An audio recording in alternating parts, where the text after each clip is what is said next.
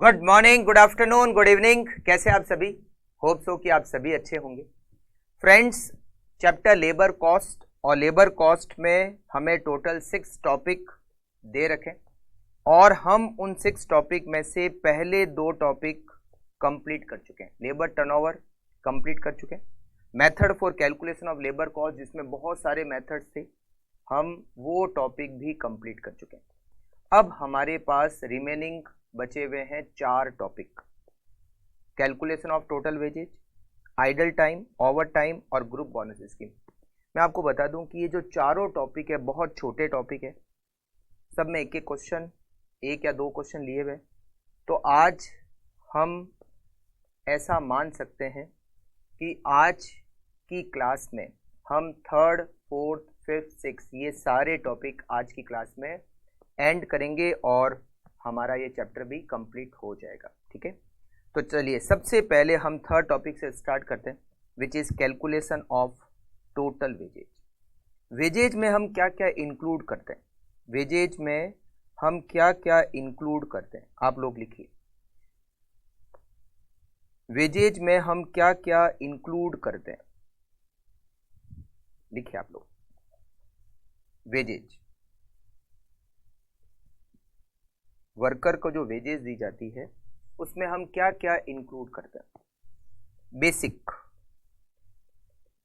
Basic wages plus dearness allowance, short में कहे तो डीए, महंगाई भत्ता, डियरनेस अलाउंसेस प्लस बोनस। अगर हम वर्कर को बोनस दे रहे हैं तो वो भी वेजेज में इंक्लूड होता है। Contribution to PF, provident fund में जो भी एम्प्लॉयर कंट्रीब्यूट कर रहा है, एक एम्प्लॉयर अपने वर्कर के प्रोविडेंट फंड में जो भी कंट्रीब्यूट कर रहा है वो भी वेजेज में इंक्लूड होता है। Plus contribution to ESI, employ state insurance. Employ state insurance में एक एम्प्लॉयर वर्कर के ईएसआई में जितना भी कंट्रीब्यूट कर रहा है वो भी वेजेज में इंक्लूड होता है। एनी अदर अलाउंसेस, और भी किसी भी टाइप का कोई अलाउंसेस अगर एम्प्लॉयर देता है वो भी वेजेज में इंक्लूड करते हैं। अगर किसी भी तरह का कोई इंसेंटिव वर्कर को हम दे रहे हैं तो उसको भी हम वेजेज में इंक्लूड करते हैं। लीव वेजेज, अगर हम लीव वेजेज दे रहे हैं तो उसको भी हम वेजेज में इंक्लूड करें। मतलब हम एक तरह से एक एम्प्लॉयर अपने वर्कर के लिए जो भी एक्सपेंडिचर कर रहा है, उसको जो भी पेमेंट कर रहा है, उसके लिए जो भी एक्सपेंडिचर कर रहा है, हम उन सब को वेजेज में इंक्लूड करते हैं। यहाँ पर लिख देता हूँ एटसेट्रा। और भी कुछ भी पेमेंट एक अगर एम्प्लॉयर अपने एम्प्लॉय के लिए करता है, अपने वर्कर के लिए करता है, तो हम उन सबको वेजेज में इंक्लूड करते हैं। ऐसा एक क्वेश्चन है, क्वेश्चन नंबर 20, एग्जाम में तो नहीं आया हुआ है। क्वेश्चन नंबर 20 को देखते हैं। Following are the particulars of 2 worker R and S for a month. 2 worker हैं आर और एस, उनकी डिटेल दे रखी है। बेसिक, वर्कर आर की जो बेसिक है वो है 15,000 और एस की बेसिक हमें दे रखी है 30,000। DA, dearness allowance, basic wages का 50%। Contribution to EPF, employ provident fund, basic wages का 7% और 7.5%। Contribution to ESI, basic wages का 2%। और ओवर टाइम, ओवर टाइम किसने किया? 20 घंटे ओवर टाइम वर्कर आर ने किया है, एस ने कोई ओवर टाइम नहीं किया। Normal working hours for the month are 200। एक महीने में नॉर्मल वर्किंग आवर्स 200 होते हैं। देखो आर ने यहां ओवर टाइम किया है, इसका मतलब है आर ने 220 घंटे काम किया। 200 घंटे तो नॉर्मल, उसने 20 घंटे ओवर टाइम किया, इसका मतलब आर ने 220 आवर्स वर्क किया, 220 घंटे उसने काम किया। Over time is paid at double the total of basic and DA. Over time में डबल रेट होगी, मतलब नॉर्मल टाइम में जो रेट होती है, ओवर टाइम में डबल रेट से पेमेंट करेंगे। डबल किसका? बेसिक और डीए की रेट का डबल होगा, ठीक है। Employer contribution to ESI and PF are at equal rates as employ contribution. जितना एम्प्लॉयर ईएसआई और पीएफ में कंट्रीब्यूट करता है उतना ही एम्प्लॉय भी ईएसआई और पीएफ में कंट्रीब्यूट करता है, मगर वेजेज में केवल एम्प्लॉयर का कंट्रीब्यूशन ही आता है, एम्प्लॉय का कंट्रीब्यूशन वेजेज में नहीं आता। Two worker were employed on job A B C in the following proportion. ये जो दो वर्कर थे आर और एस, वर्कर आर ने 75% अपना टाइम जॉब ए पर दिया, 10% टाइम जॉब बी पर दिया और 15% टाइम अपना जॉब सी पर दिया। जबकि वर्कर एस ने 40% अपना टाइम जॉब ए को दिया, 20% अपना टाइम जॉब बी को दिया और 40% अपना टाइम जॉब सी को दिया। तो ये जो वर्कर आर और एस है, हम पहले क्या करेंगे, इनकी वेजेज कैलकुलेट करेंगे, उसके बाद आर की वेजेज को तीनों जॉब पर एलोकेट करेंगे और एस की वेजेज को भी तीनों जॉब पर एलोकेट करेंगे। कैसे एलोकेट करेंगे? परसेंटेज दे रखे हैं कि किस वर्कर ने किस जॉब पर कितने परसेंटेज काम किया, ठीक है। Over time was done on job A. Over time किसने किया? वर्कर आर ने। तो वर्कर आर ने ओवर टाइम केवल और केवल जॉब ए पर किया, तो आर का जितना भी ओवर टाइम पेमेंट होगा वो पूरा का पूरा जॉब ए पर चार्ज होगा। You are required to calculate the ordinary wages rate per R of R and S, allocate the worker cost to each job A B C. हमें आर और एस की वेजेज पता करनी है और फिर उनकी वेजेज को जॉब ए बी सी पर एलोकेट करना है, ठीक है। चलिए सबसे पहले तो इन दोनों की वेजेज कैलकुलेट कर लेते हैं। Statement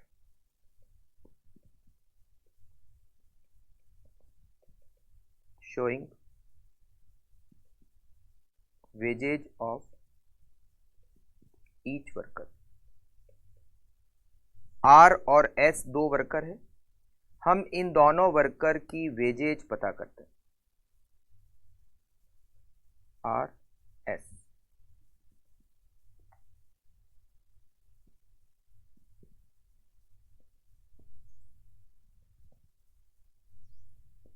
basic wages. Basic wages हमें यहां पर आर की दे रखी है 15,000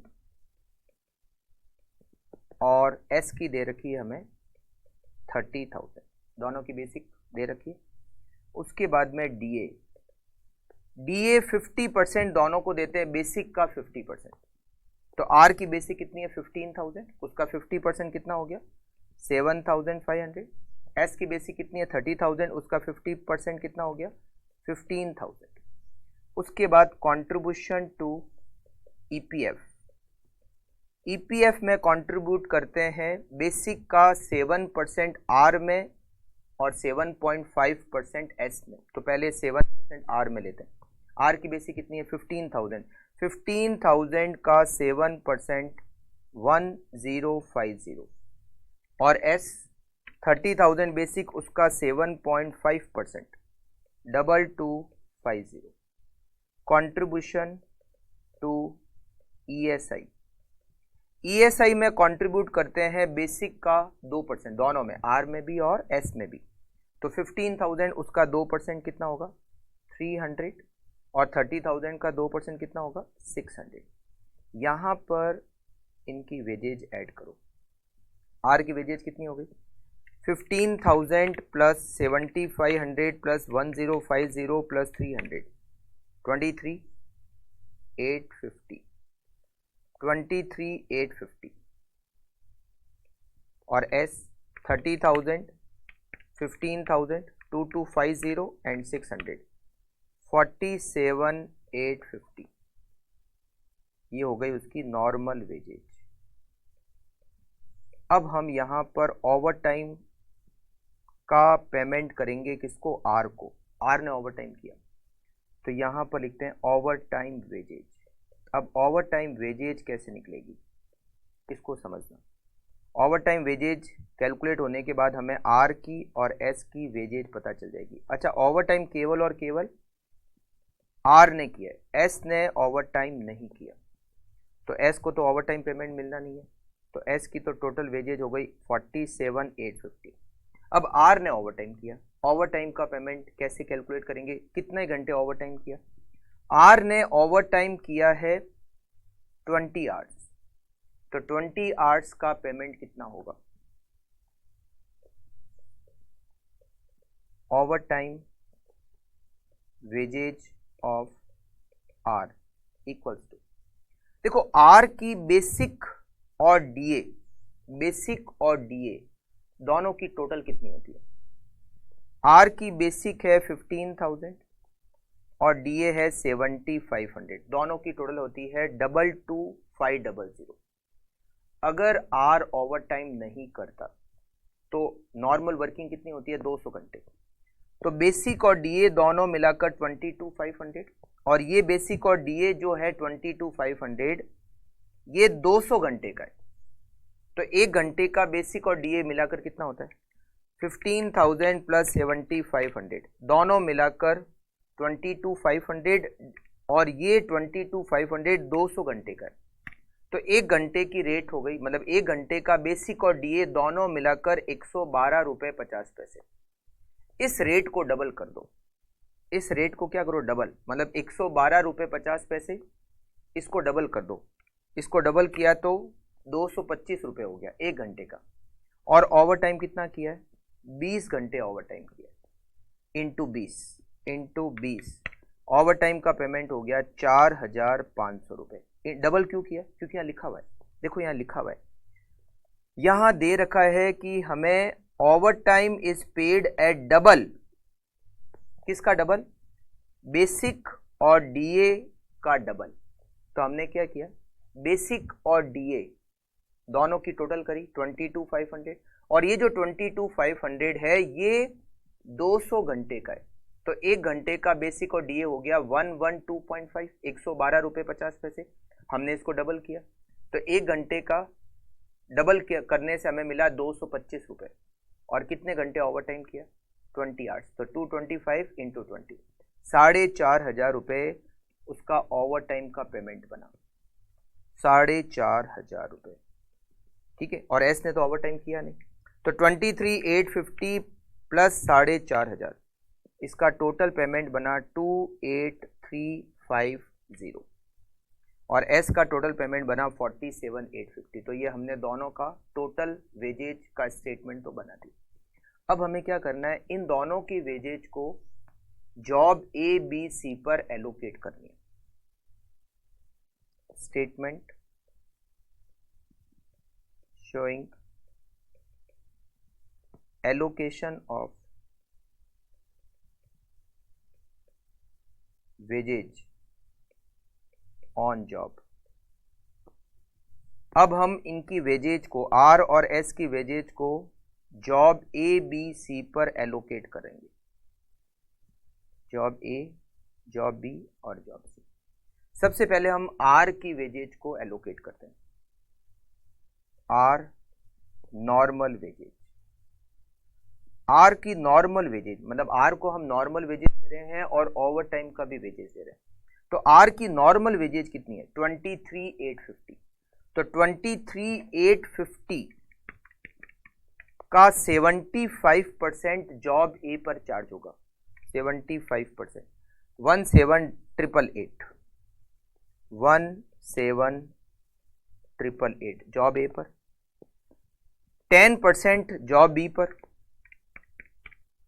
2,385 जॉब बी पर, और 15% जॉब सी पर 3,577, और ये हमने उसकी वेजेज को तीनों जॉब पर एलोकेट कर दी। अच्छा, आर का ओवर टाइम वेजेज, आर ने यहां पर दे रखा है कि जो ओवर टाइम किया वो पूरा का पूरा जॉब ए पर किया, तो उसको जॉब बी सी पर तो बांट नहीं सकते, पूरा का पूरा ओवर टाइम पेमेंट, उसका ओवर टाइम पेमेंट कितना होता है 4,500, ये पूरा का पूरा जॉब ए पर ही एलोकेट होगा, बी और सी पर कुछ नहीं। उसके बाद में एस नॉर्मल वेजेज, वैसे एस की केवल नॉर्मल वेजेज ही है, एस की वेजेज कितनी है, एस की वेजेज है 47,850, 47,850 का 40%, 19,140। जॉब ए पर 20%, 9,570 जॉब बी पर, और 40% 19,140 जॉब सी पर। तो जॉब ए पर टोटल कितनी वेजेज हमने चार्ज की? 17,888 प्लस 4,500 प्लस 19,140, 41,528। जॉब बी पर 2,385 9,570 11,955 एंड 3,577 प्लस 19,140। जॉब सी पर 22,717। और ये हमारा सॉल्व हो गया क्वेश्चन। ये हमारा क्वेश्चन नंबर 20 सॉल्व हो गया। आप फटाफट से कंप्लीट कर लीजिए। इस टाइप का क्वेश्चन अभी तक एग्जाम में आया नहीं है।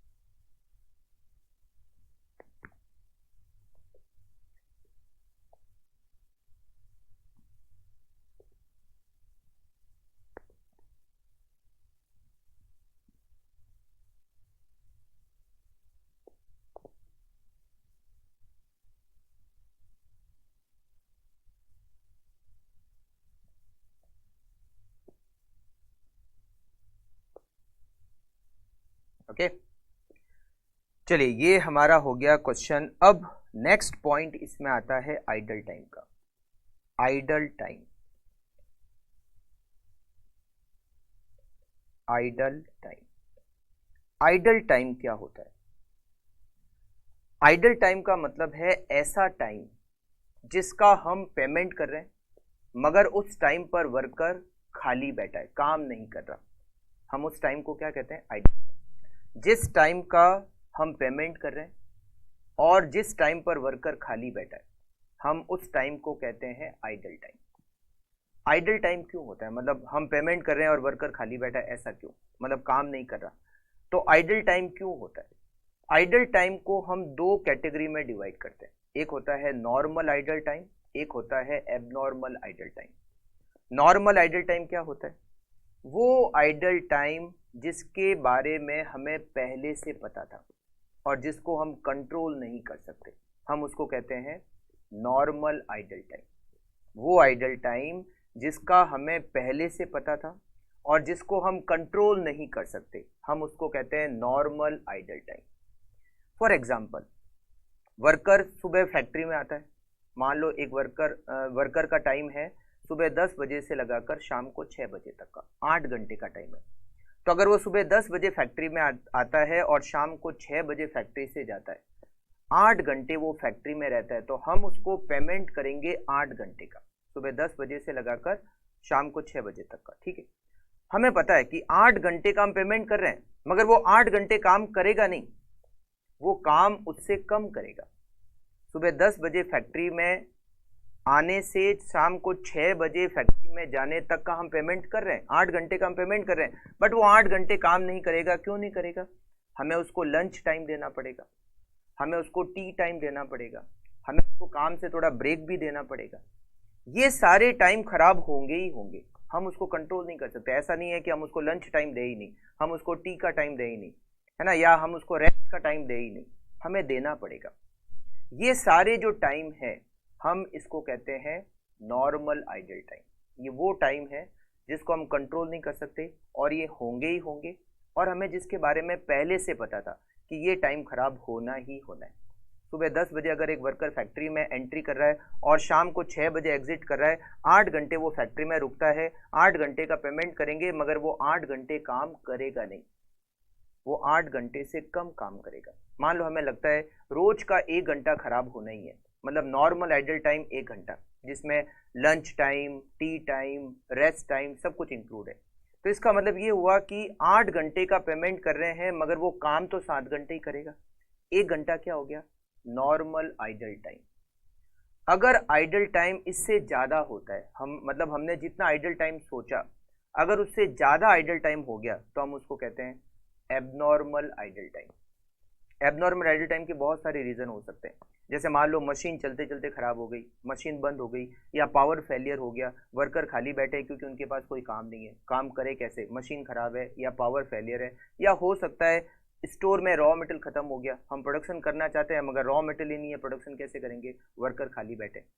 तो नॉर्मल आइडल टाइम से जितना भी ज्यादा आइडल टाइम होता है हम उसको कहते हैं एबनॉर्मल आइडल टाइम। अब हमें इसमें आइडल टाइम में करना क्या है? आइडल टाइम में हमें इसका ट्रीटमेंट बताना है कि नॉर्मल आइडल टाइम का क्या ट्रीटमेंट होता है और एबनॉर्मल आइडल टाइम का क्या ट्रीटमेंट होता है। वैसे इसके भी एग्जाम में आने के चांसेस बहुत बहुत कम है, ठीक है। समझना कैसे होते हैं। जैसे मान लो एक वर्कर सुबह 10 बजे फैक्ट्री गेट में एंट्री करता है और शाम को 6 बजे फैक्ट्री गेट से एग्जिट करेगा। इसका मतलब वो फैक्ट्री में 8 घंटे रुकेगा। मान लेते हैं उसके 1 घंटे की रेट, उसके 1 घंटे की रेट मान लेते हैं सपोज 70 रुपीज है। उसके 1 घंटे की रेट कितनी है? 70 रुपीज। तो उसकी वेजेज कितनी हो गई? उसकी वेजेज हो गई 560 रुपए। 8 घंटे वो फैक्ट्री में रुकेगा, 1 घंटे की रेट मान लेते हैं 70 रुपए, तो उसकी टोटल वेजेज एक दिन की कितनी हो गई? 560। मगर हमें पता है कि 8 घंटे का हम पेमेंट कर रहे हैं मगर वो 8 घंटे काम करेगा नहीं। इस 8 घंटे में से 1 घंटा नॉर्मल आइडल टाइम जाना ही जाना है। तो हम उसको जो पेमेंट कर रहे हैं आवर्स, वो है 8 घंटे, मगर इसमें से 1 घंटा नॉर्मल आइडल टाइम का जाना ही जाना है। नॉर्मल आइडल टाइम मान लो 1 घंटा है, 1 घंटा नॉर्मल आइडल टाइम है। इसका मतलब है इफेक्टिवली वो 7 घंटे काम करेगा। इसको हम क्या कहते हैं? Effective hours. इसका मतलब है इफेक्टिवली वो 7 घंटे काम करेगा। हम उसको 7 घंटे काम करने का 560 रुपए दे रहे हैं, 560 रुपए दे रहे हैं 8 घंटे के, मगर वो 8 घंटे काम नहीं करेगा। 1 घंटा नॉर्मल आइडल टाइम का है। इसका मतलब है 7 घंटे काम करने के 560 रुपीज हम पे कर रहे हैं। तो इफेक्टिवली 1 घंटे का हम दे कितना रहे हैं? वैसे तो उसकी 1 घंटे की रेट 70 रुपए, मगर वो 8 घंटे काम नहीं करेगा ना। पेमेंट 8 घंटे का दे रहे हैं मगर काम तो 7 घंटे ही करेगा। तो उसकी जो इफेक्टिव रेट है, effective rate per our, effective rate per our वो क्या हो जाएगी? 560 रुपीज उसकी टोटल वेजेज, और वो इफेक्टिवली काम कितने घंटे करेगा? 7 घंटे। तो उसकी जो इफेक्टिव रेट है पर आवर वो हो गई 80 रुपीज। मतलब इफेक्टिवली हम उसको 1 घंटे काम करने का 80 रुपीज पे कर रहे हैं, ठीक है। अब ये जो मान लो 7 घंटे काम करना था उसको, मान लो उसने इस 7 घंटे में क्या क्या काम किया? उसने जॉब ए पर 4 घंटे काम किया, जॉब बी पर 1 घंटा काम किया, और जॉब सी पर 1 घंटा काम किया। उसने 7 घंटे काम करना था मगर उसने केवल मान लो 6 घंटे काम किया। 4 घंटे जॉब ए पर, 1 घंटा जॉब बी पर और 1 घंटा जॉब सी पर। इसका मतलब है 1 घंटा हो गया abnormal idle time. Normal idle time से जितना भी ज्यादा आइडल टाइम है हम उसको क्या कहते हैं? Abnormal idle time. अब उसकी वेजेज का क्या ट्रीटमेंट होगा, मतलब उसकी वेजेज को हम कहाँ कहाँ कितना चार्ज करेंगे। तो देखो जॉब ए पर उसने कितने घंटे काम किया, 4 घंटे काम किया, और उसकी इफेक्टिव रेट 1 घंटे की 80 रुपीज है। तो जॉब ए पर 4 इंटू 80 हम 320 रुपये चार्ज करेंगे। जॉब बी पर उसने 1 घंटा काम किया, 1 घंटे की इफेक्टिव रेट 80 रुपीज, हम जॉब बी पर 80 रुपीज चार्ज करेंगे। जॉब सी पर उसने 1 घंटे काम किया, 1 घंटे की इफेक्टिव रेट 80 रुपीज, हम जॉब सी पर 80 रुपीज चार्ज करेंगे। और एबनॉर्मल आइडल टाइम हो गया 1 घंटे, इसका पेमेंट चार्ज करेंगे हम पी एंड एल अकाउंट में। कहाँ चार्ज करेंगे, पी एंड एल अकाउंट में। जो एबनॉर्मल आइडल टाइम होता है उसका payment P and L account से चार्ज करते हैं। तो 1 घंटे का जो पेमेंट है 80 रुपीज इफेक्टिव रेट, ये हम प्रॉफिट एंड लॉस अकाउंट में चार्ज करेंगे। तो देखो 320 रुपीज हम जॉब ए पर चार्ज करेंगे, 80 रुपीज जॉब बी पर, 80 रुपीज जॉब सी पर, और 80 रुपीज पी एंड एल में।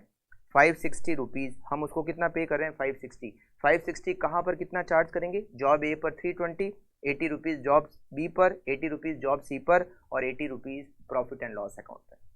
ये होता है ट्रीटमेंट। मतलब हमें क्या करना है, हमें पहले उसकी टोटल वेजेस निकालनी है, उसके बाद में हमें इफेक्टिव आवर्स निकालने हैं। कैसे निकालोगे, total hours minus normal idle time, result is effective hours. फिर हमें टोटल वेजेज में इफेक्टिव आवर्स का डिवाइड करना है, तो हमें मिलेगी इफेक्टिव रेट पर आवर। क्या मिलेगी, इफेक्टिव रेट पर आवर। फिर उसने जहां जहां जितने घंटे काम किया है उस इफेक्टिव रेट से वहां पर वेजेज को आप चार्ज कर दो। अगर एबनॉर्मल आइडल टाइम है तो एबनॉर्मल आइडल टाइम का अमाउंट कहाँ ट्रांसफर करोगे, प्रॉफिट एंड लॉस अकाउंट में ट्रांसफर करोगे। एबनॉर्मल आइडल टाइम कैसे कैलकुलेट करेंगे, उसको कितने घंटे काम करना था, जैसे 8 घंटे में से 1 घंटा नॉर्मल आइडल टाइम, तो उसको 7 घंटे काम करना था। उसने कितने घंटे काम किया, 6 घंटे काम किया। इसका मतलब है 1 घंटा हो गया एबनॉर्मल आइडल टाइम। ठीक है, ऐसा क्वेश्चन हमें दे रखा है यहाँ पे, क्वेश्चन नंबर 21। क्वेश्चन नंबर 21 दे रखा है, a worker is paid ₹20 per hour. 1 घंटे की रेट क्या है, 20 रुपए, and 5 days working week contain 42 hours. 5 working day है एक वीक में, और टोटल 42 घंटे हैं। तो उसकी टोटल वेजेज कितनी हो गई, उसकी टोटल वेजेज 42 आवर्स, 1 घंटे के 20 रुपए, उसकी टोटल वेजेज हो गई 840 rupees. The daily allowance for approved absence, रोज का अपने काम से कितना टाइम एब्सेंस रह सकता है, मतलब normal idle time, from his place of work, maintenance of his machine et cetera, is 24 minute. हर रोज 24 मिनट का नॉर्मल आइडल टाइम, हर रोज। और एक वीक में 5 दिन होते हैं, तो 5 दिन में नॉर्मल आइडल टाइम कितना हो गया, नॉर्मल आइडल टाइम 24 मिनट हर रोज इंटू 5, डिवाइड करेंगे 60 से तो 8 में आ जाएंगे। 2 घंटे नॉर्मल आइडल टाइम है। तो इफेक्टिव आवर्स कितने हो गए, इफेक्टिव आवर्स हम टोटल 42 आवर्स का उसको पेमेंट करेंगे। 2 घंटे नॉर्मल आइडल टाइम, इसका मतलब उसको 40 घंटे काम करना है। इफेक्टिव आवर्स कितने हो गए, 40 घंटे। तो उसकी इफेक्टिव रेट क्या होगी, effective rate per our. Payment हम 42 आवर्स का कर रहे हैं, जो कि होता है 840 रुपए, मगर काम वो करेगा 40 घंटे, डिवाइड बाय 40, तो उसकी इफेक्टिव रेट हो गई 21 रुपीज़। वैसे 1 घंटे की रेट 20 रुपए, मगर इफेक्टिव रेट 21 है, क्योंकि नॉर्मल आइडल टाइम हम माइनस करेंगे तो इफेक्टिव आवर्स कम हो जाएंगे और उससे रेट पर आवर इंक्रीज हो जाएगी, है ना, इन्फ्लेट हो जाएगी। अब उसने काम किया कितने घंटे, जॉब नंबर 305 पे 20 आवर्स, 310 पे 10 आवर्स, 315 पे 8 आवर्स, इन सबको ऐड करते हैं तो उसने काम किया 38 hours. Hours worked equals to 20 + 10 + 8 equals to 38 hours उसने वर्क किया, जबकि उसको काम करना था 40 घंटे। Abnormal idle time, abnormal idle time 40 घंटे काम करना था। 42 में से 2 घंटे नॉर्मल आइडल टाइम के माइनस किए, 40 घंटे काम करना था, उसने काम किया है 38 आवर्स, तो 2 घंटे हो गए एबनॉर्मल आइडल टाइम। अब उसकी वेजेज को कैसे चार्ज करेंगे, wages charge to job number 305। Job number 305 पे उसने 20 घंटे काम किए और 1 घंटे की इफेक्टिव रेट है 21 रुपीज़। तो जॉब नंबर 305 पे हम चार्ज करेंगे 420 रुपये, 420। जॉब नंबर 310 पे उसने 10 घंटे काम किए, 1 घंटे की इफेक्टिव रेट 21। तो जॉब नंबर 310 पे हम 210 रुपीज़ चार्ज करेंगे।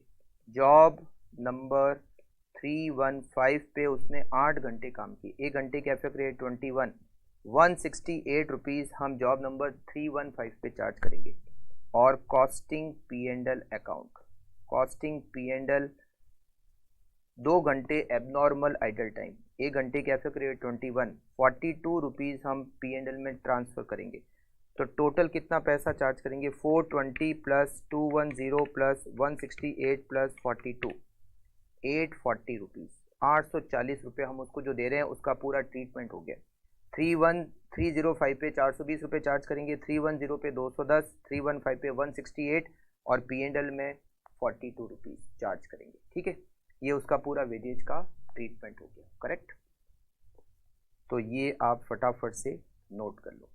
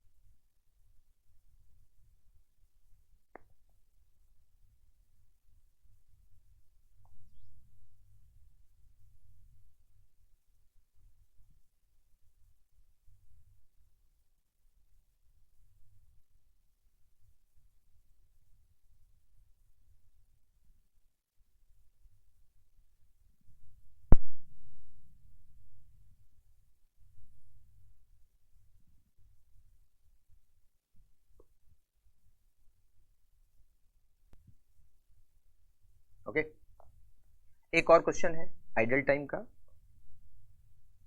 ये एग्जाम में आ चुका है और ये क्वेश्चन जून 2015 के एग्जाम में आ चुका है। यहां पर दे रखा है the total available working hours in a month in respect of A machine is 200 hours.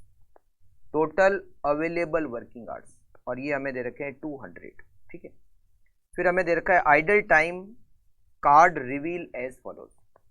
T break, tea break normal idle time होता है, नॉर्मल आइडल टाइम होता है। ठीक है, waiting for job, waiting for job, waiting for tools, break down major, ये सारे के सारे एबनॉर्मल आइडल टाइम है, एबनॉर्मल आइडल टाइम है।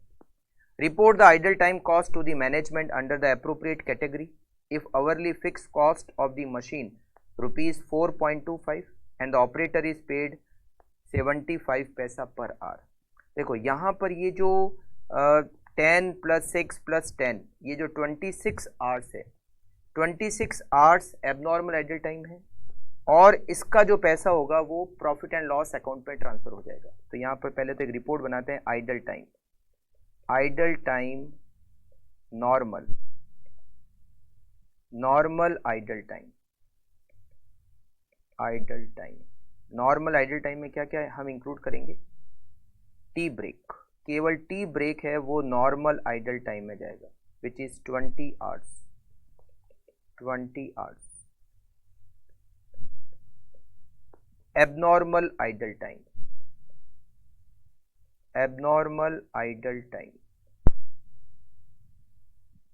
Waiting for job, waiting for job 10 hours, waiting for tools, waiting for tools 6 hours और breakdown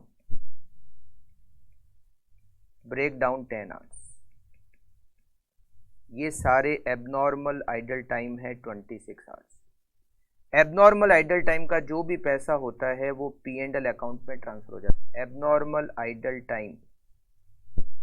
time charge to P&L account equals to 26 hours. और 1 घंटे के देखो दो एक्सपेंडिचर दे रखे हैं, एक तो ये 4.25 और ये 0.75, दोनों मिलके क्या होते हैं 5 रुपए। तो 26 multiply by 5 130 rupees profit and loss account में ट्रांसफर हो जाएंगे। ठीक है, ये हो गया आपका 22 का आंसर।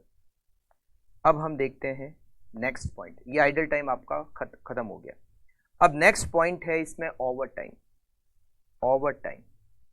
ओवर टाइम का मतलब होता है नॉर्मल टाइम से अगर आप ज्यादा काम करते हो तो हम उसको कहते हैं ओवर टाइम। नॉर्मल टाइम का मतलब क्या, ओवर टाइम का मतलब क्या है ना। तो हमारे यहाँ पर एक एक्ट दे रखा है, फैक्ट्रीज एक्ट। कौन सा एक्ट दे रखा है, फैक्ट्रीज एक्ट। फैक्ट्रीज एक्ट में ओवर टाइम के बारे में दे रखा है कि कितना नॉर्मल टाइम होता है, कितना ओवर टाइम होता है। फैक्ट्रीज एक्ट कहता है कि ओवर टाइम की कैलकुलेशन 2 तरीके से हो सकती है। डे बेसिस पे हो सकती है, या वीक बेसिस पे हो सकती है। डे बेसिस पे हो सकती है, वीक बेसिस पे हो सकती है। अगर मैं बात करूं डे बेसिस पे, hours more than 9 per day, एक दिन में 9 घंटे से ज्यादा जो भी वर्कर काम करता है, एक दिन में 9 घंटे से ऊपर जो भी वर्कर काम करता है वो ओवर टाइम होगा। जैसे मान लो मंडे को उसने 10 घंटे काम किया तो 9 से ऊपर कितना है, 1 घंटा ओवर टाइम। मान लो ट्यूसडे को उसने 8 घंटे काम किया तो क्या 9 से ऊपर है, नहीं, तो 8 केवल नॉर्मल है, ओवर टाइम कुछ भी नहीं। वेडनेसडे को मान लो उसने 12 घंटे काम कर लिया तो 9 से ऊपर कितना है, 3 घंटे, तो 9 नॉर्मल और 3 घंटे ओवर टाइम। 9 से ऊपर जितने भी है वो ओवर टाइम आवर्स होंगे डे बेसिस पे। अगर हम ओवर टाइम कैलकुलेट करें तो वीक बेसिस पे करें तो आवर्स मोर देन 48 पर वीक, एक वीक में 48 घंटे से ज्यादा जो भी वर्कर काम कर रहा है, जितने भी घंटे काम कर रहा है वो ओवर टाइम मान लिया जाएगा। जैसे मान लो एक वर्कर ने पूरे वीक में 54 आवर्स वर्क किया तो 48 से कितने ज्यादा है, 6 घंटे, तो 6 घंटे ओवर टाइम। देखो या तो ओवर टाइम की कैलकुलेशन होगी डे बेसिस पे या कैलकुलेशन होगी वीक बेसिस पे। जनरली ऐसा भी होता है कि हम वर्कर की वेजेज को डे बेसिस पे भी कैलकुलेट करते हैं, वीक बेसिस पे भी कैलकुलेट करते हैं, जो ज्यादा होगी वो देते हैं। डे बेसिस पे भी कैलकुलेट करो, वीक बेसिस पे भी कैलकुलेट करो, जो जिसमें जहां वेजेज ज्यादा बनती है वो वेजेज उसको पे कर दो। अच्छा, वेजेज की जो रेट होगी वो डबल रेट होगी, wages rate per hour, wages rate per hour normal rate per hour का डबल।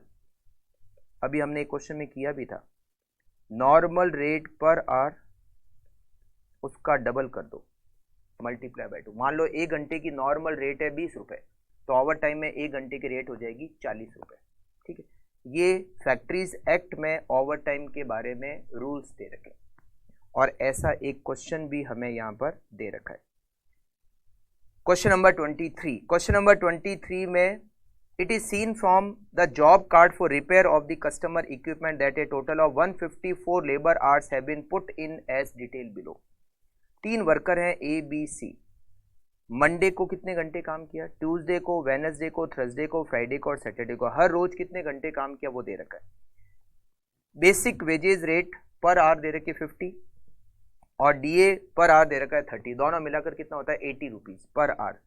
हर वर्कर की जो रेट पर आ रहे हैं वो 80 रुपीज है, बेसिक प्लस डीए दोनों मिलाकर 80 रुपीज। तो ओवर टाइम में रेट क्या हो जाएगी, डबल, 160 रुपीज़ हो जाएगी। नॉर्मल रेट में 1 घंटे की रेट 80 रुपीज़, ओवर टाइम में 1 घंटे की rate 160 rupees. Worker are paid over time according to factories act, work out the wages payable to each worker. हमें तीनों वर्कर की वेजेज पता करनी है, तो 1 बाई 1 कैलकुलेट करते हैं। सबसे पहले worker A, worker A, worker a day, पहले हम डे बेसिस पे कैलकुलेट करते हैं, ठीक है, फिर वीक बेसिस पे निकालेंगे, जो ज़्यादा होगी वो देंगे। डे बेसिस पे, day, hours worked, normal time, over time. Day, Monday, Tuesday, Wednesday, Thursday, Friday और सैटरडे।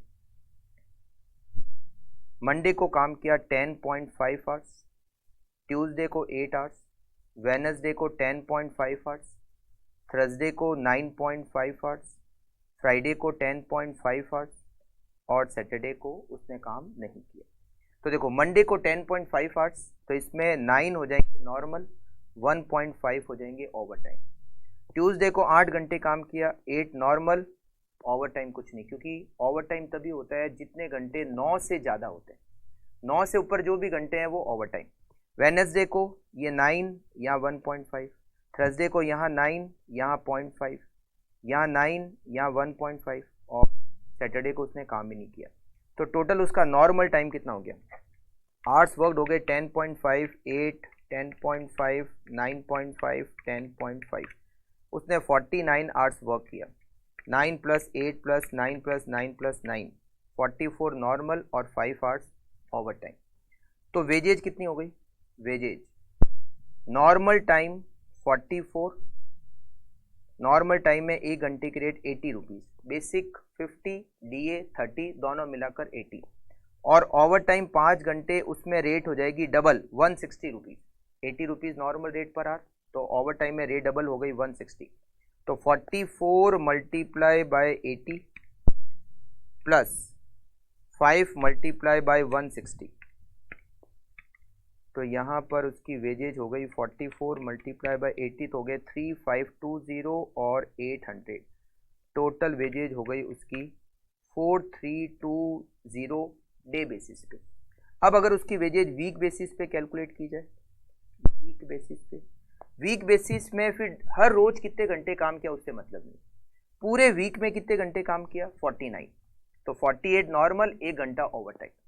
तो हम इसको वेजेज ऐसे निकालेंगे, वेजेज इक्वल्स टू 48 इंटू 80 और प्लस 1 इंटू 160, 48 नॉर्मल, 48 से ऊपर जो 1 घंटा है उसमें ओवर टाइम, तो 48 मल्टीप्लाई बाय 80, 3840 प्लस 160, उसकी वेजेज वीक बेसिस पे 4000 और डे बेसिस पे 4320। ज़्यादा कौन सी है, डे बेसिस पे ज़्यादा है, तो उसकी टोटल वेजेज होगी, टोटल वेजेज 4320। मतलब हमें डे बेसिस पे भी वेजेस निकालनी है, वीक बेसिस पे भी निकालनी है, जो ज़्यादा होगी वो देंगे। अच्छा, इसके बाद में worker B, worker B, worker B सबसे पहले तो डे बेसिस पे कैलकुलेट करते हैं, डे बेसिस पे, day, hours worked, normal time and over time, Monday, Tuesday, Wednesday, Thursday, Friday, Saturday. उसने हर रोज 8 घंटे काम किया, एवरी डे 8 आवर्स, टोटल उसने 48 आवर्स वर्क किया। सब के सब नॉर्मल है।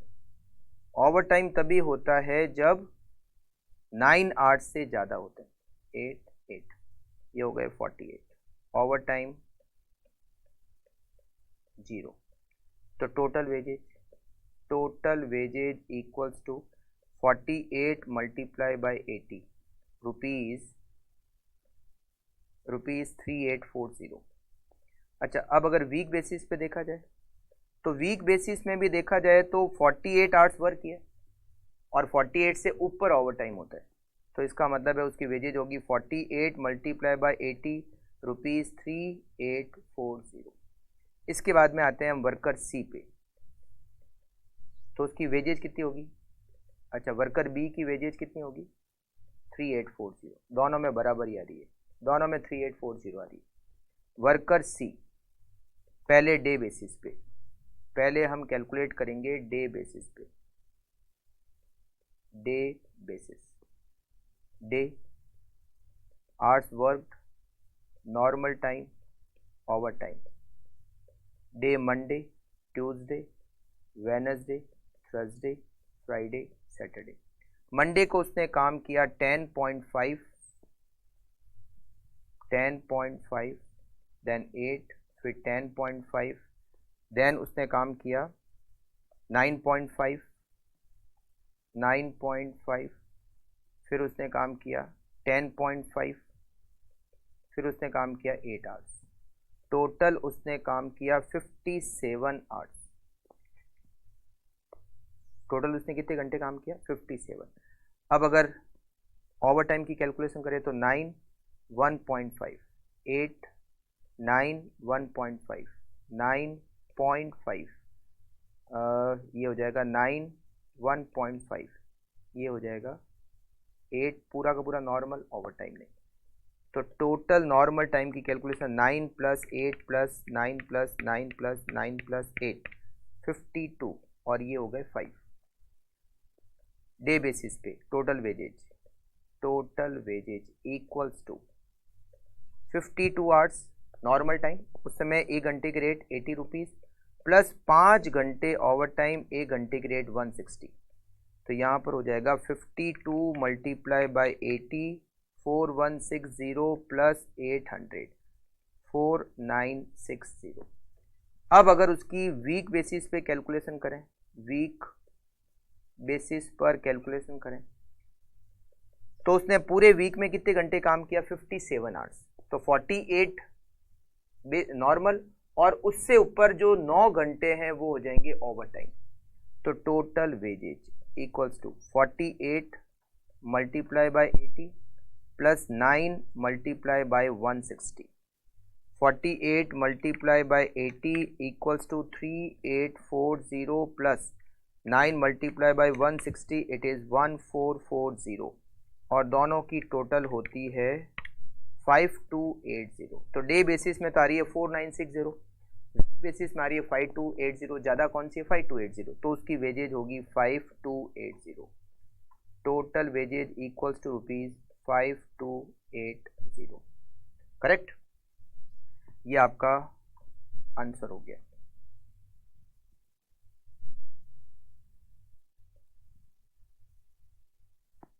आप इसको फटाफट से कंप्लीट कर लीजिए।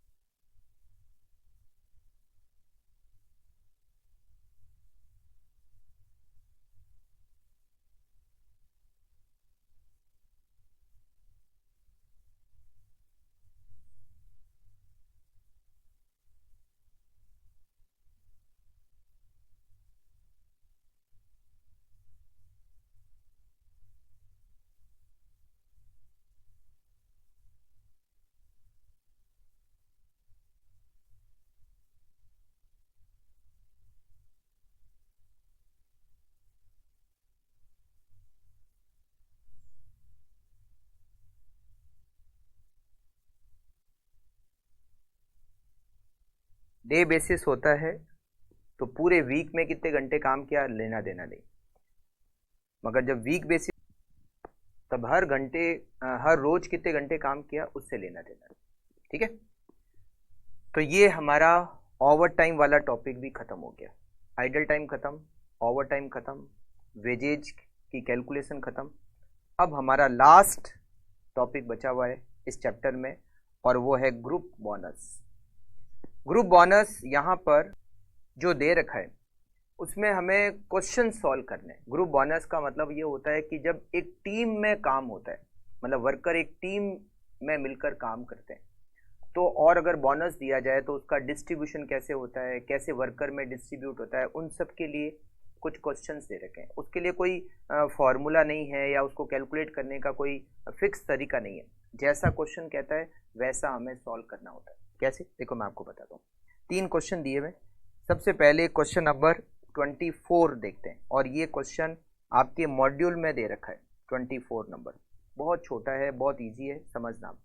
2 फीटर्स 1 लेबरर एंड 1 बॉय, मतलब 4 वर्कर हो गए, 2 fitter 1 labourer 1 boy. Undertake a job on piece work basis for ₹1290। इन 4 ने मिलकर एक काम लिया, और कितने में काम लिया? 1290 रुपये, 1290 में काम लिया। मतलब इन चारों को मिलकर कितने मिलेंगे? 1290। हर वर्कर ने 220 घंटे काम किया, हर वर्कर ने 220 घंटे काम किया, और जो वेजेज रेट है 1 घंटे की, वो फीटर की 1.5 पर आवर, लेबरर की 1 रुपीज़ पर आवर, और बॉय की 50 पैसा per hour.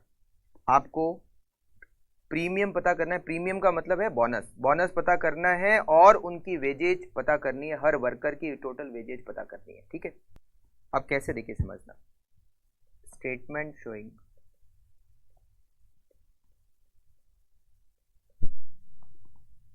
Bonus and wages of each worker. यहां पर हमारे टोटल 4 वर्कर हैं, 2 फीटर है जिसको हम कह सकते हैं फीटर 1 फीटर 2। ठीक है, वर्कर फीटर 1 फीटर 2, एक लेबरर है और एक बॉय। ये 4 वर्कर हैं। ठीक है, सबसे पहले तो ये देखते हैं कि इनकी बेसिक कितनी है। बेसिक वेजेज, हर वर्कर ने 220 घंटे काम किया, हर वर्कर ने 220 घंटे काम किया। फीटर को ₹1.50 देते हैं 1 घंटे के, लेबरर को देते हैं 1 रुपये, और बॉय को देते हैं 50 पैसे। तो फीटर की बेसिक हो गई 330, 220 लेबरर की बेसिक, और बॉय की 110 रुपये। तो सबकी मिलाकर बेसिक कितनी होती है? 330 प्लस 330 प्लस 220 प्लस 110, सब मिलाकर बेसिक होती है 990। अब इनको टोटल देना कितना है? सारे वर्कर को मिलाकर हमें टोटल देने हैं 1290। कितने देने? 1290 देने। तो 1290 में बेसिक कितनी है? 1290 टोटल देना है, उसमें बेसिक कितनी है? 990 रुपये। तो इसका मतलब है 300 रुपये बोनस हो गया, बैलेंसिंग फिगर।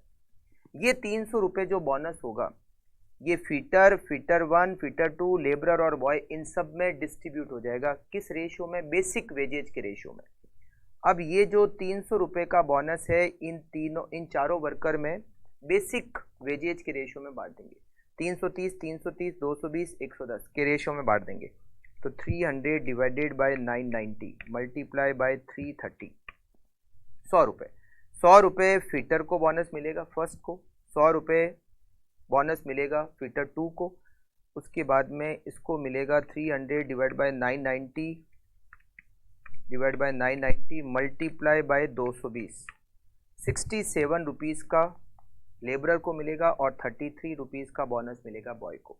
तो टोटल वेजेज फीटर 1 की 430 रुपये, 330 का बेसिक, 100 रुपये बोनस, 430, इसको भी मिलेंगे 430, इसको मिलेंगे 287, और इसको मिलेंगे 143, और ये सब मिलकर कितने हो जाएंगे? 1290।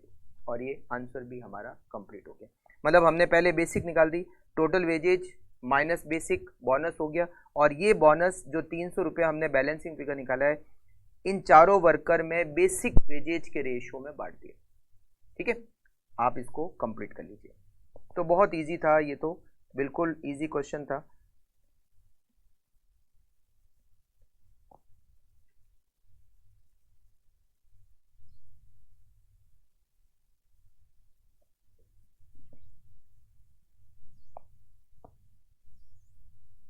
नेक्स्ट क्वेश्चन दे रखा है 25th, ये भी मॉड्यूल में दे रखा है आपके।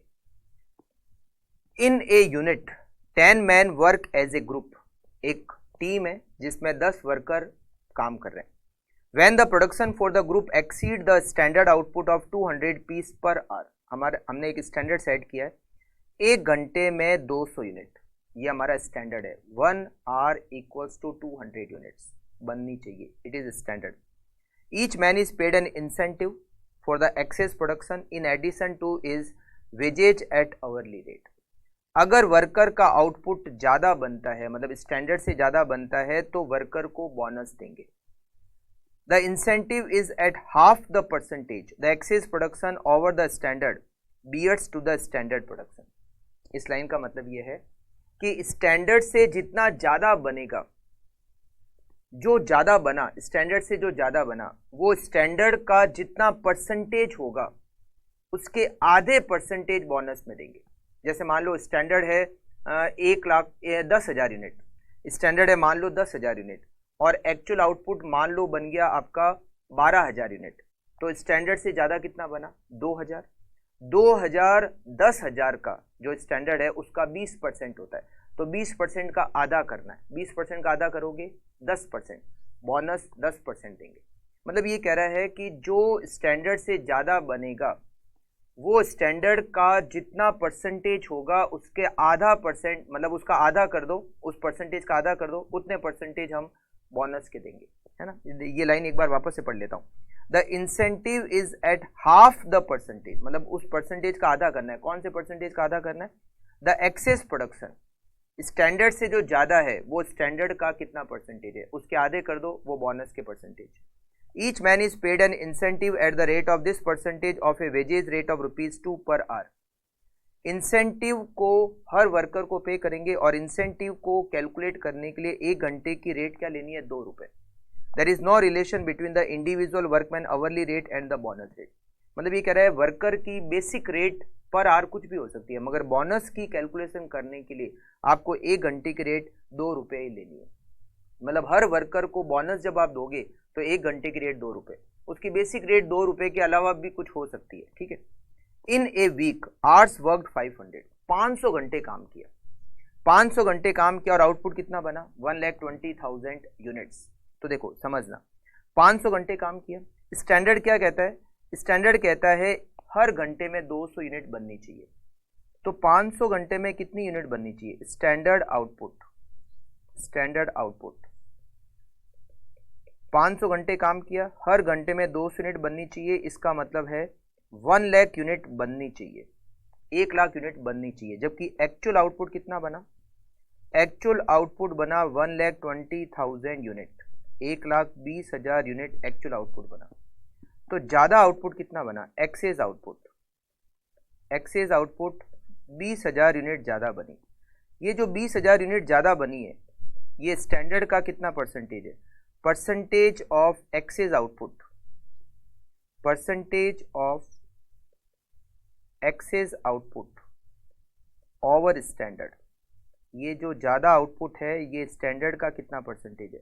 ज्यादा आउटपुट कितना है? 20,000, स्टैंडर्ड कितना है? 1 लाख। तो ये ज्यादा जो आउटपुट बना है ये स्टैंडर्ड का 20% है। तो बोनस कितना होगा? बोनस होगा 20% का हाफ, 20% का हाफ। बोनस होगा 10%, हम 10% बोनस देंगे। तो total bonus,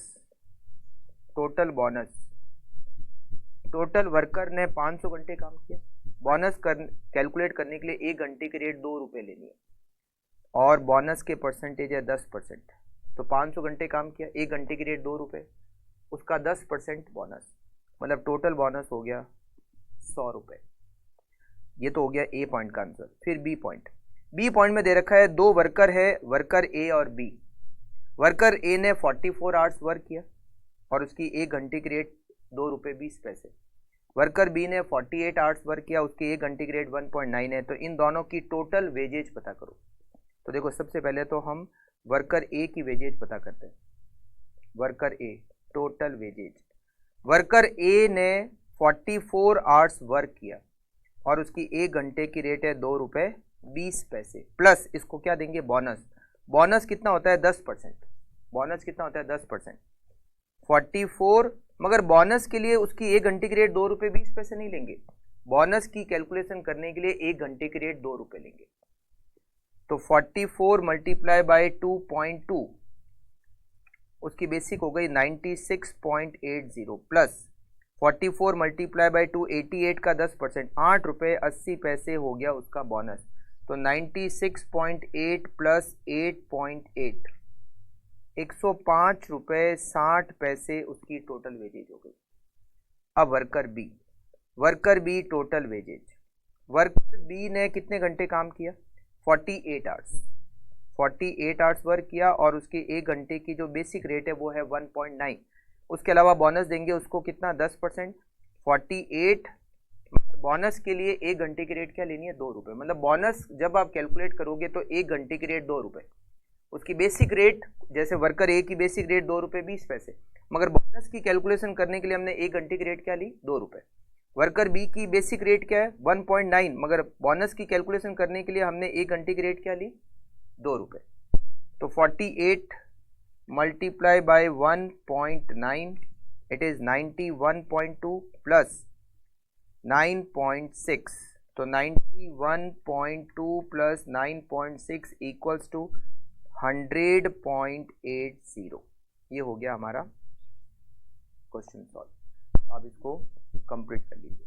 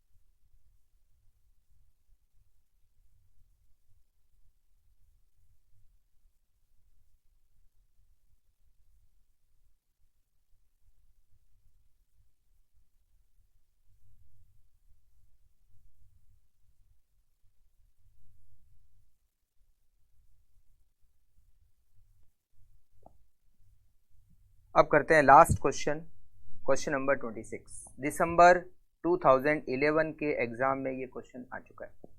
both direct and indirect labour of a department in a factory are entitled to production bonus in accordance with a group incentive scheme, outline of which are as follows. एक factory है जहां direct और indirect labour दोनों काम कर रहे हैं और वहां पर ग्रुप इंसेंटिव स्कीम एप्लीकेबल है। वो स्कीम क्या है, पहले तो स्कीम पढ़ते हैं क्या दे रखी है। Point number A, for any production in excess of the standard rate fixed at 10,000 ton per month of 25 days, a general incentive of ₹10 per ton is paid in aggregate. अगर हमने देखो स्टैंडर्ड फिक्स कर रखा है, एक महीने में 10,000 ton standard output, अगर उससे ज्यादा आउटपुट बनता है तो हर टन पे 10 रुपये का जनरल इंसेंटिव। अगर जितना आउटपुट स्टैंडर्ड से ज्यादा बनता है उस पे 10 रुपये पर टन का जनरल इंसेंटिव। और ये जनरल इंसेंटिव हम क्या करेंगे, ये जो जनरल इंसेंटिव है ये बटेगा, कैसे बटेगा, 70% तो डायरेक्ट लेबर को देंगे, 10% इंस्पेक्शन स्टाफ को देंगे, 12% मेंटेनेंस स्टाफ को देंगे और 8% सुपरवाइजरी स्टाफ को देंगे। B point, moreover if the excess production is more than 20% above the standard, अगर हमारा एक्सेस प्रोडक्शन स्टैंडर्ड के 20% से भी ज़्यादा होता है, स्टैंडर्ड के 20% से भी ज़्यादा होता है, डायरेक्ट लेबर ऑल्सो गेट ए स्पेशल बोनस। डायरेक्ट वर्कर को 7 रुपये पर टन का स्पेशल बोनस मिलेगा जितना आउटपुट स्टैंडर्ड के 120% से ज़्यादा है उस पर। इंस्पेक्शन स्टाफ के ऊपर पेनल्टी लगती है 20 रुपीज़ पर टन अगर रिजेक्शन प्रोडक्शन के 1% से ज़्यादा होता है तो, और मेंटेनेंस स्टाफ के ऊपर पेनल्टी लगती है 20 rupees per hour of machine breakdown. From the following particulars for a month, आपको बोनस पता करना है हर ग्रुप का। प्रोडक्शन कितना किया 13,000 टन, रिजेक्शन 200 टन और मशीन ब्रेकडाउन 50 घंटे। देखो पहले पॉइंट में हमें जनरल इंसेंटिव के बारे में दे रखा है। जनरल इंसेंटिव क्या कहता है कि स्टैंडर्ड है आउटपुट एक महीने का 10,000 टन, आउटपुट बना कितना 13,000 टन, तो एक्सेस आउटपुट कितना बना 3,000 टन। तो जो एक्सेस आउटपुट है मतलब स्टैंडर्ड से जितना ज़्यादा आउटपुट बनाया, हर टन पे 10 रुपये का क्या देंगे जनरल इंसेंटिव। तो सबसे पहले तो हम जनरल इंसेंटिव कैलकुलेट करते हैं। General incentive equals to 13,000 ton output बना जबकि स्टैंडर्ड है 10,000 टन, 3,000 टन ज़्यादा बना, हर टन पे 10 रुपये मतलब 30,000 रुपये का जनरल इंसेंटिव, 30,000 का जनरल इंसेंटिव। उसके बाद स्पेशल बोनस बी पॉइंट में, स्पेशल बोनस कहता है स्टैंडर्ड के 120% से जितना आउटपुट ज़्यादा बना उस पर टन 7 रुपये का बोनस। आउटपुट कितना बना 13,000 और स्टैंडर्ड कितना है 10,000, 10,000 का 120% कितना होता है 12,000, तो 12,000 होता है स्टैंडर्ड का 120%। उससे भी ज़्यादा आउटपुट बना है 1,000 टन, पर टन 7 रुपये का स्पेशल बोनस, ये होता है 7,000 रुपये special bonus. Penalty on inspection staff, inspection staff के ऊपर पेनल्टी लगती है अगर रिजेक्शन प्रोडक्शन के 1% से ज़्यादा होता है तो। रिजेक्शन कितना हुआ 200 टन का रिजेक्शन हुआ, कितना रिजेक्शन हुआ 200 टन का, जबकि अलाउड कितना है प्रोडक्शन का 1%, प्रोडक्शन 13,000 टन, उसका 1% कितना होता है 130 टन। प्रोडक्शन का 1% रिजेक्शन हो सकता है, मतलब 13,000 टन का 1% होता है 130 टन रिजेक्शन हो सकता है, जबकि एक्चुअल रिजेक्शन है 200 टन, तो 70 टन ज़्यादा रिजेक्शन हो गया। पर टन 20 रुपये की पेनल्टी, मतलब 1,400 रुपये की पेनल्टी इंस्पेक्शन स्टाफ पर। Penalty on maintenance staff, maintenance staff के ऊपर पेनल्टी लगती है जितने घंटे मशीन ब्रेकडाउन होती है पर आवर 20 रुपये। मशीन ब्रेकडाउन कितनी हुई 50 घंटे, हर घंटे के 20 रुपये की पेनल्टी, मतलब 1,000 रुपये की पेनल्टी मेंटेनेंस स्टाफ पर। अब देखते हैं हर ग्रुप को, यहाँ फैक्ट्री में टोटल 4 वर्कर के ग्रुप है। Statement showing net incentive payable, हर ग्रुप को नेट इंसेंटिव कितना पेबल होगा। 4 ग्रुप है, कौन कौन से ग्रुप है। पहला ग्रुप है डायरेक्ट लेबर का, पहला ग्रुप है डायरेक्ट लेबर का, दूसरा ग्रुप है इंस्पेक्शन स्टाफ का, इंस्पेक्शन स्टाफ का, तीसरा ग्रुप है मेंटेनेंस स्टाफ का, मेंटेनेंस स्टाफ, और लास्ट ग्रुप है सुपरवाइजरी स्टाफ का, सुपरवाइजरी स्टाफ का। सबसे पहले हम जनरल इंसेंटिव को डिस्ट्रीब्यूट करते हैं। जनरल इंसेंटिव, जनरल इंसेंटिव हमने कितना कैलकुलेट किया 30,000। ये 30,000 इसका 70% डायरेक्ट लेबर को देना है, 30,000 का 70% होता है 21,000 डायरेक्ट वर्कर को। इसका 10% इंस्पेक्शन स्टाफ को देना है 3,000, इसका 12% मेंटेनेंस स्टाफ को देना है 3,600, और इसका 8% 2,400 सुपरवाइजरी स्टाफ को देना है। मतलब जनरल इंसेंटिव टोटल कैलकुलेट किया और उसको सारे ग्रुप में बांट दिया जैसे परसेंटेज हमें क्वेश्चन में दे रखे। स्पेशल बोनस हमने कैलकुलेट किया 7,000 रुपये, और ये पूरा का पूरा केवल डायरेक्ट लेबर को ही मिलेगा, बाकी किसी को नहीं।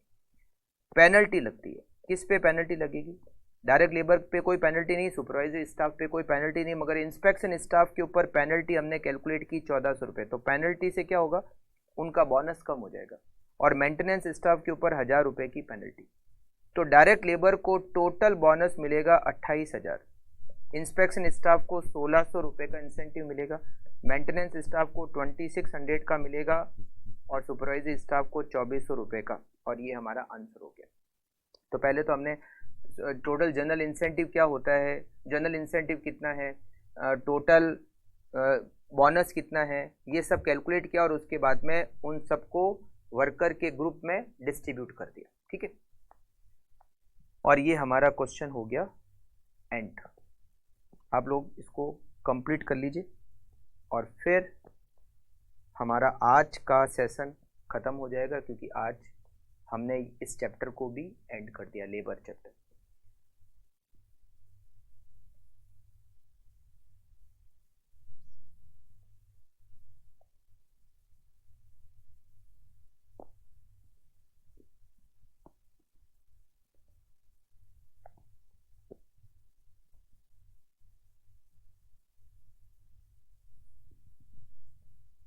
तो फ्रेंड्स, आज हमने जो टॉपिक कंप्लीट किए, ज़्यादा इम्पोर्टेंट टॉपिक नहीं थे। आइडल टाइम, ओवर टाइम, और वो जो कैलकुलेशन ऑफ टोटल वेजेज, ये जो ग्रुप बोनस का पढ़े, ये बहुत कम इम्पोर्टेंट है। मतलब एग्जाम में क्वेश्चन आने के इनके चांसेस बहुत कम है। ज़्यादा इम्पोर्टेंट कौन सा था? लेबर टर्नओवर, जो हमने सबसे पहले पढ़ा। फिर हमने पढ़ा जो मेथड वेजेज को कैलकुलेट करने के, जिसमें Halsey, Rowan, time, piece, Gantt, Emerson, Taylor, Mary खूब पढ़े। वो सारे बहुत इंपॉर्टेंट है, उनको आप बहुत ध्यान से वापस से रिवाइज करना, जिससे कि आप एग्जाम में अच्छी तरीके से क्वेश्चन को सॉल्व कर पाओ। ठीक है, तो ये हमारा चैप्टर कंप्लीट हो गया फ्रेंड्स। अब हम मिलते हैं नेक्स्ट क्लास में नए चैप्टर के साथ। Okay, thank you, take care.